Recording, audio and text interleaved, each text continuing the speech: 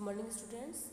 आज हम अध्ययन करेंगे जयप्रकाश नारायण, जिनका राजनीतिक बोल सकते हैं कि एक राजनीतिक व्यवस्था में बहुत महत्वपूर्ण का योगदान हमें देखने को मिलता है।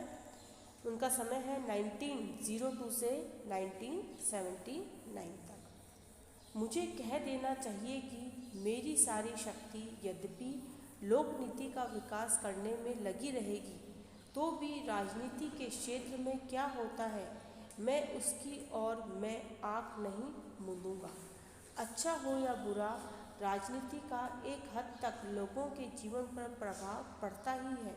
मैं बाहर से इस बात की ओर ध्यान रखूंगा कि वह प्रभाव जितना संभव हो कल्याणकारी हो। ये शब्द हैं जयप्रकाश नारायण जी के।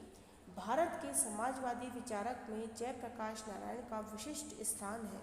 वे एक समाजवादी थे, गांधीवादी थे और सर्वोदयवादी थे, लेकिन इनमें से किसी के साथ वे जीवन भर बंधकर ना रह सके।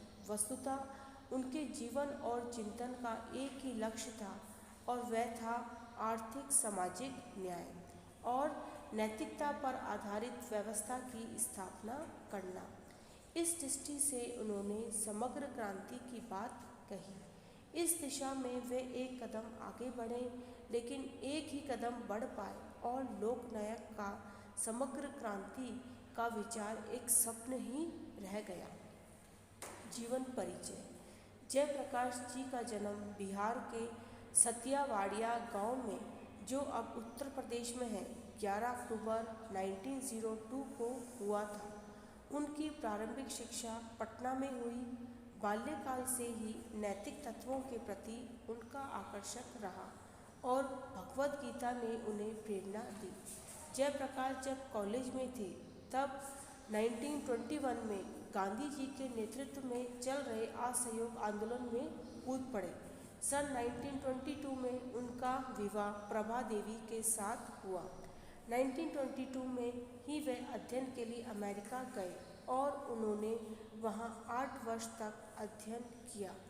वे बार्कले के कैलिफोर्निया विश्वविद्यालय में अध्ययन के लिए विश्वविद्यालय में प्रविष्ट हुए। अमेरिका में उन्हें अपने अध्ययन को सुचारू रूप से चलाने के लिए अर्थोपार्जन करना था। अतः बूट पॉलिश, घरेलू सफाई आदि कार्य करते हुए उन्होंने श्रमिक जीवन के अनुभव भी प्राप्त किए।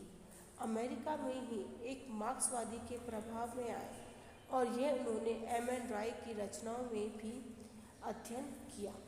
भारत आने पर वे महात्मा गांधी के प्रभाव और जवाहरलाल नेहरू के संपर्क में आए। समाजवादी से ओर से उनका जुड़ाव युवावस्था में ही था। 1934 ई में उन्होंने आचार्य नरेंद्र देव और अन्य साथियों के सहयोग से कांग्रेस के अध्ययन अंदर ही कांग्रेस समाजवादी पार्टी की स्थापना की। भारत के स्वाधीनता संग्राम के वे एक प्रमुख सेनानी थे। 1942 में जब गांधी ने करो या मरो का अहिंसक आह्वान किया, उस समय जयप्रकाश जी हजारीबाग जेल में नज़रबंद थे। वे भारत छोड़ो आंदोलन में भाग लेने के लिए नवंबर 1942 में हजारीबाग के केंद्रीय जेल में भाग निकले और उन्होंने भूमिगत रहते हुए लगभग 10 महीने तक स्वाधीनता आंदोलन का संगठन और संचालन किया, किंतु 18 सितंबर 1943 को लाहौर रेलवे स्टेशन पर उन्हें पुनः गिरफ्तार कर लिया गया था। अप्रैल 1946 में उन्हें मुक्त कर दिया गया और 1946 में गांधी जी ने उनका नाम कांग्रेस की अध्यक्षता के लिए प्रस्तावित किया, किंतु कांग्रेस की कार्यकारिणी ने इस प्रस्ताव को स्वीकार नहीं किया। 1946 में उन्होंने कैबिनेट मिशन योजना का विरोध किया। वह विचार रखा कि भारत की संविधान सभा के सदस्य जनता द्वारा प्रत्यक्ष रूप से निर्वाचित होने चाहिए। उन्होंने अपने लिए संविधान सभा की सदस्यता का प्रस्ताव अस्वीकार कर दिया। देश की स्वतंत्रता के पश्चात उन्होंने सरकार के किसी पद पर रहना स्वीकार नहीं किया। 1948 में उन्होंने भारतीय राष्ट्रीय कांग्रेस छोड़कर भारतीय समाजवादी पार्टी बनाई। बाद में इस पार्टी ने प्रजा समाजवादी पार्टी का रूप लिया।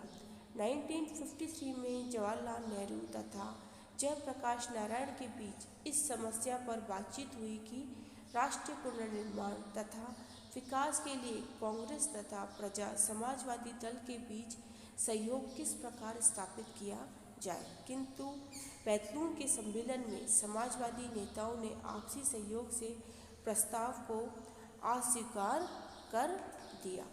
वस्तुतः 1952 में जयप्रकाश विनोबा के नेतृत्व में चलाए जा रहे भूदान और सर्वोदय आंदोलन की ओर से आकर्षित हो रहे थे।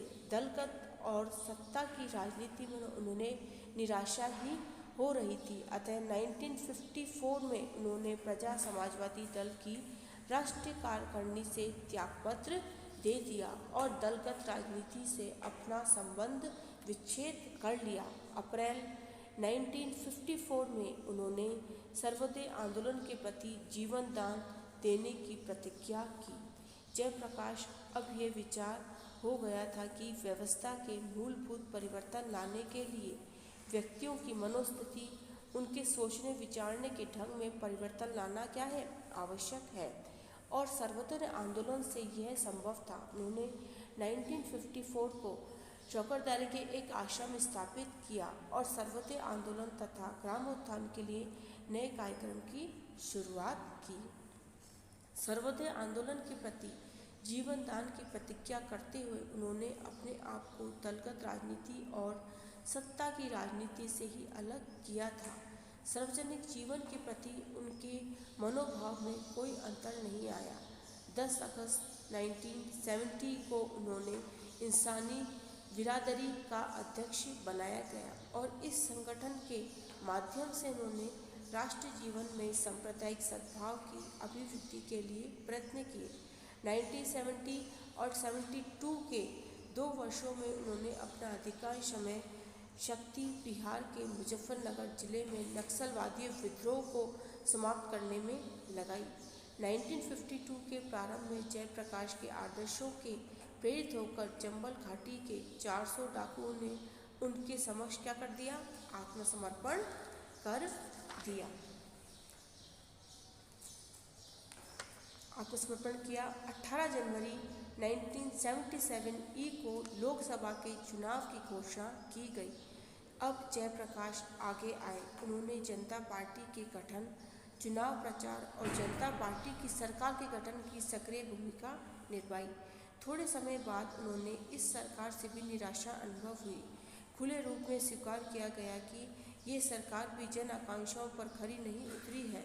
जयप्रकाश का महत्व 1977 के सत्ता परिवर्तन में नहीं वरन इस बात में है कि उन्होंने जनता को अपनी शक्ति से परिचय करवाया और शासक वर्ग को जनशक्ति से परिचित कराकर सदैव के लिए भविष्य के शासक वर्ग की चेतावनी देने का कार्य किया।